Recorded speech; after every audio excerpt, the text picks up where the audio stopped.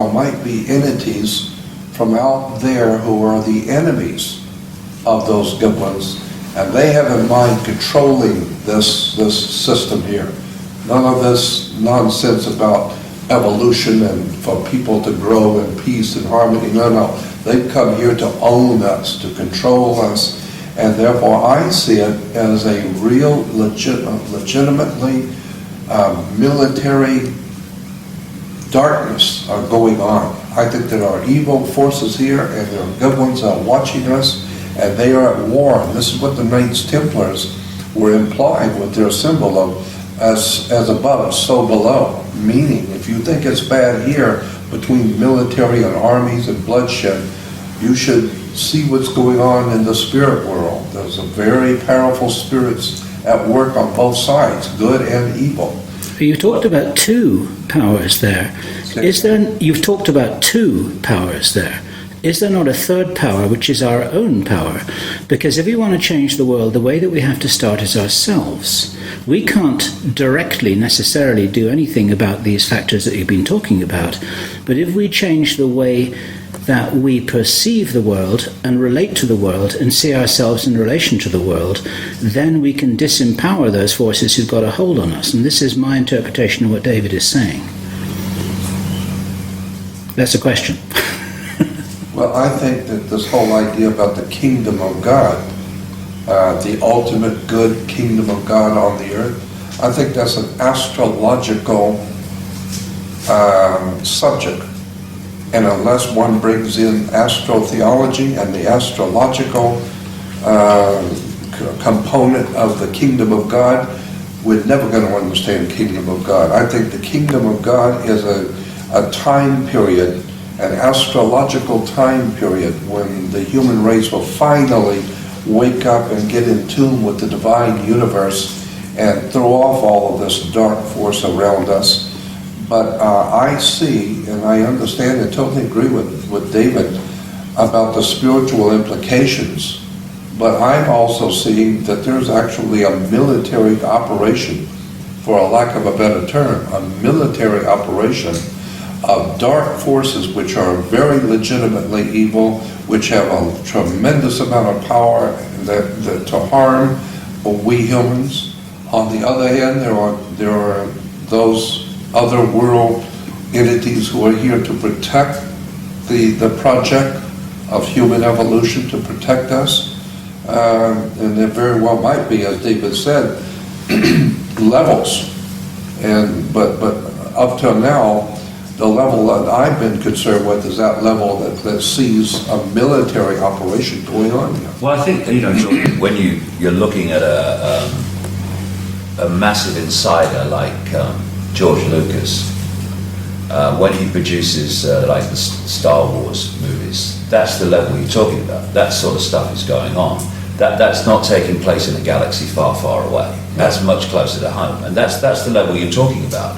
And I agree with you. What I'm saying is that's a level of this energetic level playing out down the levels right down to the human. And I tell you the way I see it anyway.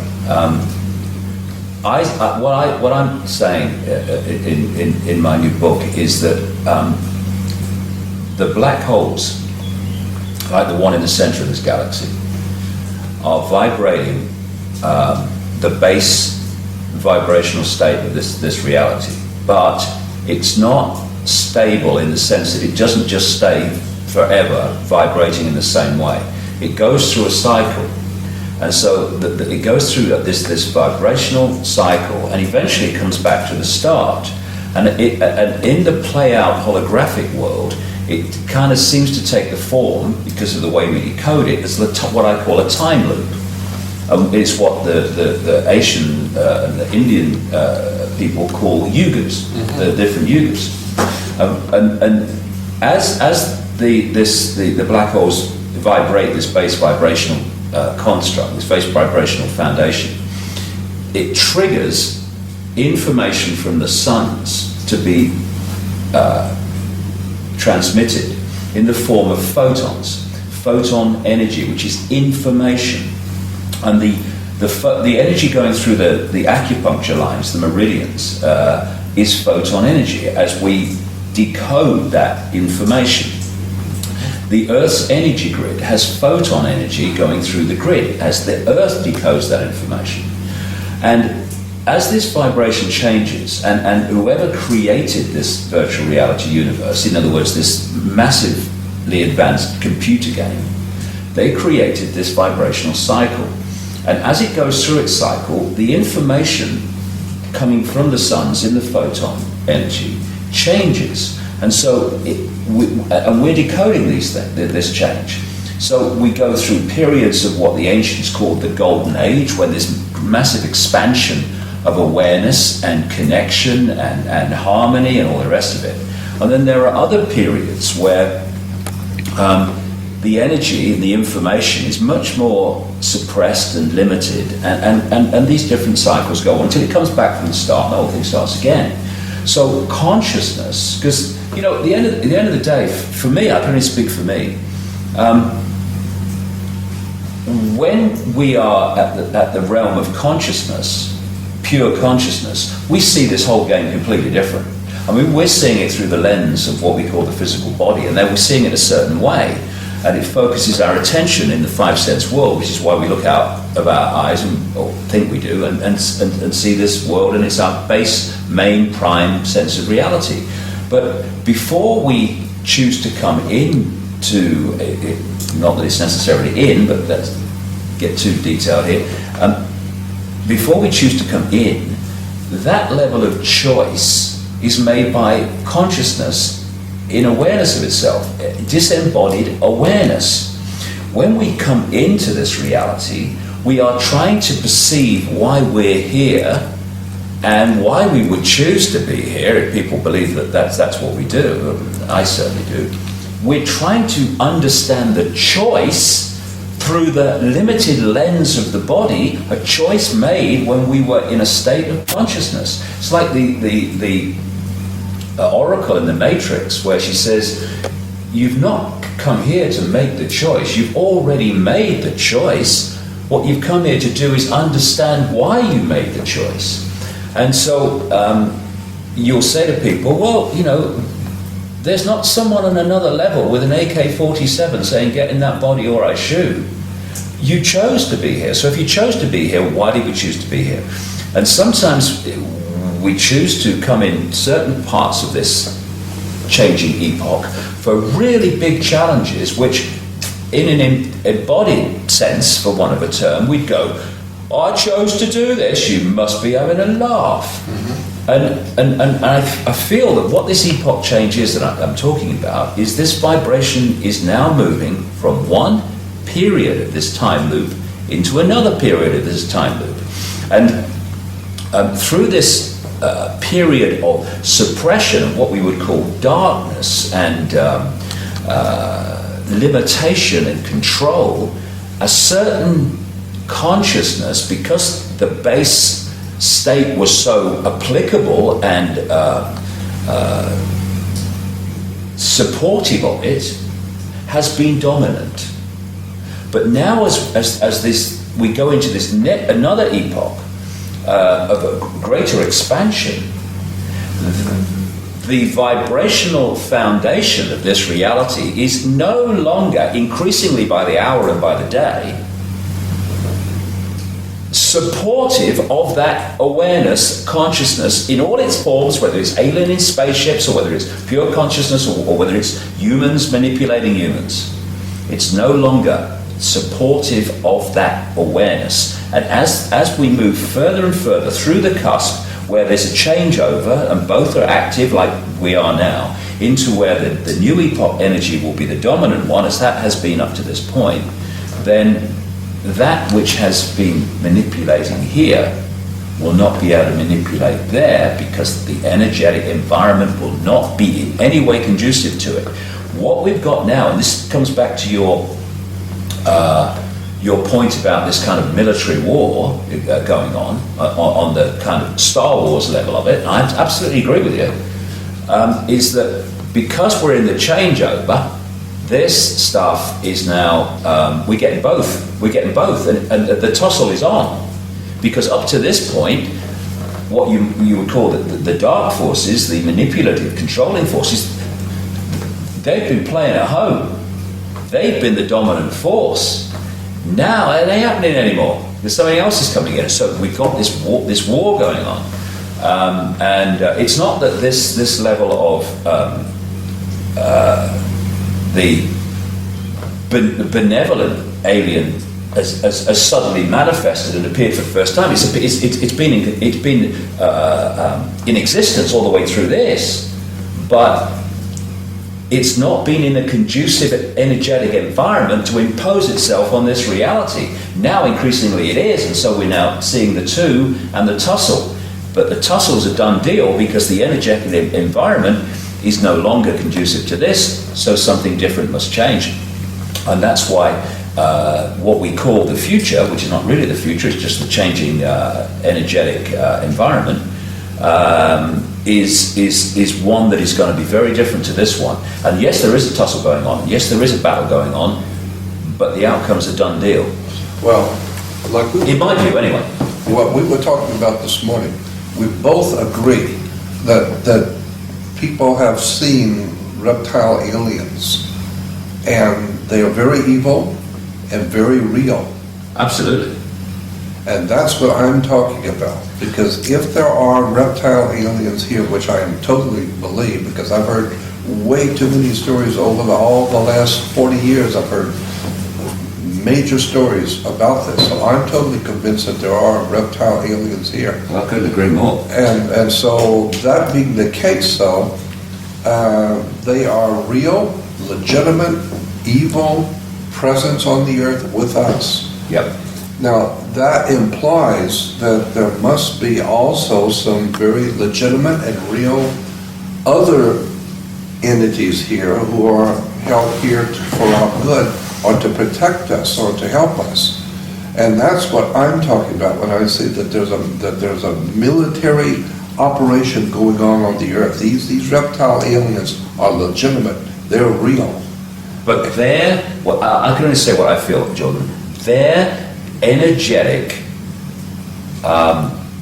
preeminence through this period is now having the rug pulled from under them, because we're going into a new energetic epoch. And these are very low vibrational entities. You know, they're very clever, but they have no wisdom. They have no wisdom, otherwise they wouldn't do what they do. But they're very, very clever. And cleverness without wisdom is the most destructive force you can come across, which is why they're very, very destructive.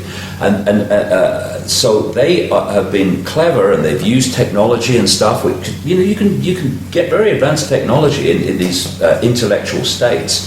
But the intellectual state is a very low level of awareness, and as we're moving into this new energetic epoch, their ability to dominate as they have, that rug is being pulled from under them. But like I say, in this changeover, that tussle you're talking about between those reptilian entities and those which are seeking to remove their control of humanity all this time, they are together in what we call a battle. But what I'm saying is the outcome's a done deal. That I understand, yeah. Yeah. But then you will agree that there is, in point of fact, some kind of a war going on. Completely. I completely agree with that.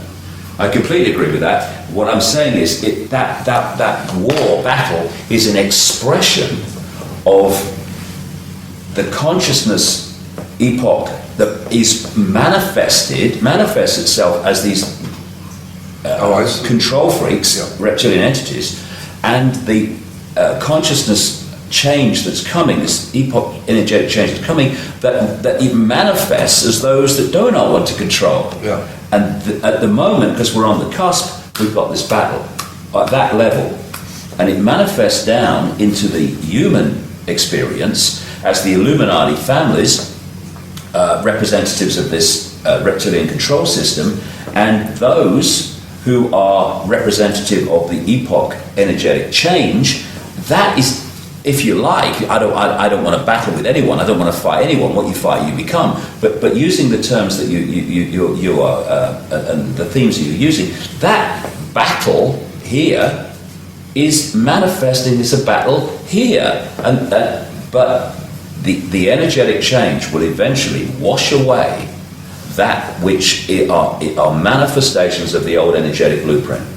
And that's why our kids and grandkids are not going to live in a fascist global state. Although for a few years it is going to look like that, because we're at the cusp, and the control system is going to be kicking and spitting and trying to impose itself for the next few years. But sorry guys, have a cup of tea, forget it, open your bloody minds, stop trying to control, because nothing to worry about, because you're infinite consciousness anyway, and just get on the airbed and flow with a bloody new energy. Stop fighting, don't be silly, you know.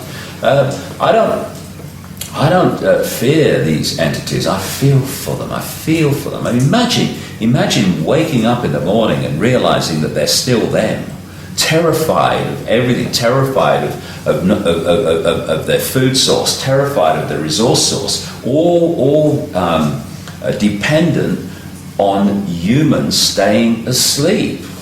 And we ain't staying asleep. Vast numbers aren't anyway, and so they're going to wake up even more fearful with every passing week that their food source and their control system and their means is more and more under threat from an awakening humanity. I mean, rather you than me, guys, you know. Come and join us, let's have a beer, stop being so silly, that's what I say. I understand what you're saying. As people awaken and expand their consciousness, and we go into this epoch, this expanded epoch, this higher vibrational epoch, then humanity is going to be moving into vibrational states, more and more people are, where these vampires of the old epoch, they cannot make the connection anymore, and they lose their power source. There's an incredible change in the global, indeed the reality, energy dynamic from this to this, and it's going to transform the reality that we now perceive into something extraordinary, incredible, amazing, for our children and grandchildren to spend most of their lives enjoying.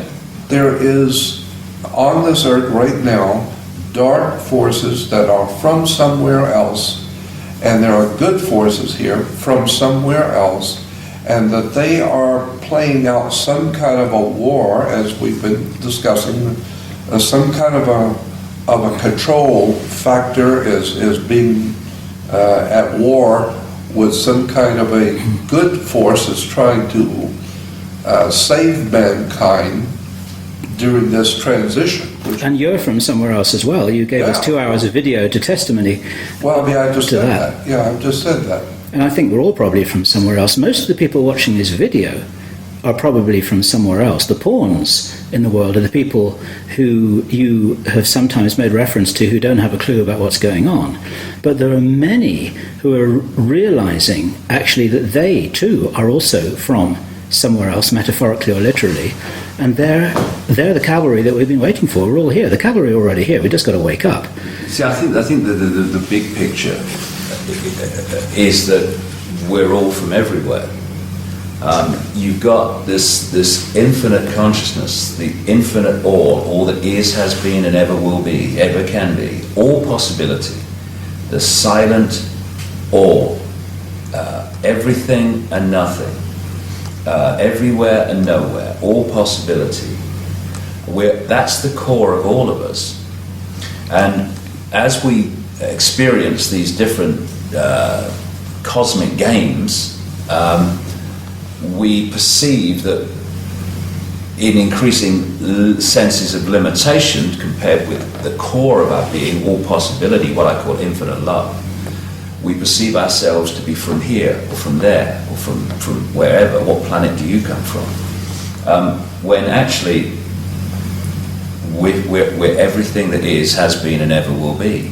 And that applies to the forces that people call evil. It applies to forces that people call good.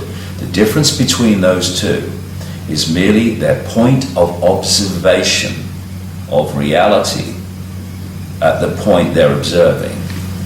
And it's like, I don't quote the Bible very much, I'm famous for it, but the prodigal son. The son goes out, causes, this, and he's supposed to be a bad son. And the good son that doesn't leave the father is the good son. But then the prodigal son comes back, and the father welcomes him with the same love, affection, as he has for the son that stayed with him, symbolically didn't go out into the dark world, the dark level. And that's what we're playing. We're playing this cosmic game, which through the lenses of physical bodies, or what we perceive as physical bodies, it affects fundamentally our point of observation.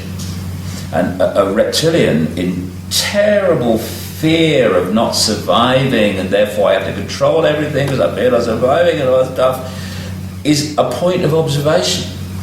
A very desperately limited, dense, rather pathetic, and more than that, sad point of observation of self in the world.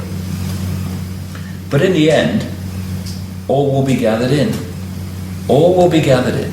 And that which is currently considered evil, and that which is currently considered good and enlightenment, eventually will remember that it is simply all possibility having an experience. And the more you expand your consciousness and awareness to understand that that is what we are, the more your point of observation goes from the size of a pea, I am Ethel Jones, I am a reptilian and I need to manipulate people, to I am all it is having an experience. And I can have this experience, but I know what is having the experience. I've not fallen for the illusion that I am the experience. These reptilian entities think that they are their experience. That's why they're so limited and rather pathetic. They have manipulated humanity to believe they are their experience. What is happening as this epoch change goes on is more and more people are remembering that they're not their experience, that they are having an experience, but what they are is something different. And as that shift takes place, as a massive energetic shift takes place, and the ability of that level of awareness, the controlling system up to this point, to go on controlling, House of Cards is over, it's gone, can't do it anymore. And that's what we're experiencing. Well, I'm totally fantastic time to be alive, by the way. I'm totally convinced that we're on the same page, we're seeing the same thing. Well, I couldn't agree more. So final words, Jordan, because this is evening here, as those of you watching this video can see, from the dark descending on the world outside of the window here, metaphorically only. And we've got dinner on the table, which we have to stop and eat in a moment. Not a bad idea. And a week or so ago, Jordan, we talked about the 19-year-olds, the guys and girls who are your age when you had that remarkable experience with your girlfriend's father. And they're waking up in hundreds of thousands all over the world, watching this video and many others like it, wanting to know what's going on, not being told the truth by their parents, teachers, or the government. What are your words of encouragement for them? You can have the last word here. Take it away. All right. You asked me for my subjective opinion, and I'll give you that. What I would suggest all people hearing my voice and watching this should do is to quietly find a place where you're by yourself and quietly ask the Spirit, talk audibly to the Great Spirit that men have called God. I don't care what you call it, but the Divine One, the presence of God. I believe that there is a very powerful presence watching and protecting us. And so I would suggest talking to that Great Spirit and asking it to protect you, to guide you, and to have you meet whoever you're supposed to, and to fulfill your destiny if it has one for you. So that's what I would suggest all young people start at that point. Just talk to God, so to speak. Talk to the Spirit and ask the Spirit to protect you, to guide you, to show you what you're supposed to do, what you're supposed to learn. Once people do that, the adventure starts. Bet on it. Bet on it. The adventure starts. That's when life becomes the adventure, when you get to that level and you flow with it, like Jordan said. And life is no longer a drudge. It's a joy, and it's an adventure that just becomes a joy to experience. You're exactly right. It's the real self, not the one that we've been manipulated to believe in, the false identity. Right. And that's the difference. False identity, epoch past. Real self, epoch unfolding. Great time to be alive, honestly. Great time to be alive. Let's go for it. Well done, mate. Cheers. Thank you. What a pleasure. Nice to talk to you. What a pleasure. Or talk with you. Yep. What a pleasure. Happy to be with you, David. 5 stars, gentlemen. Well done. High fives, definitely. Doubles all round. Oh, wow. Okay. That was good. Okay, Jordan, you've got to say something profound here. Goodbye and good luck. And bless you, my son. That's about as profound as it's going to get tonight.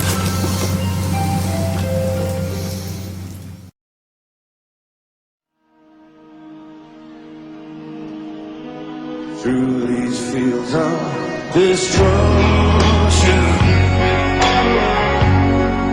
baptisms of fire,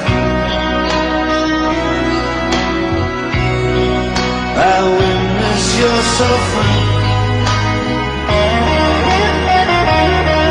There's a battle raged high, and though they did hurt me so bad, in the fear and alarm, you did not deserve me, my brother in arms.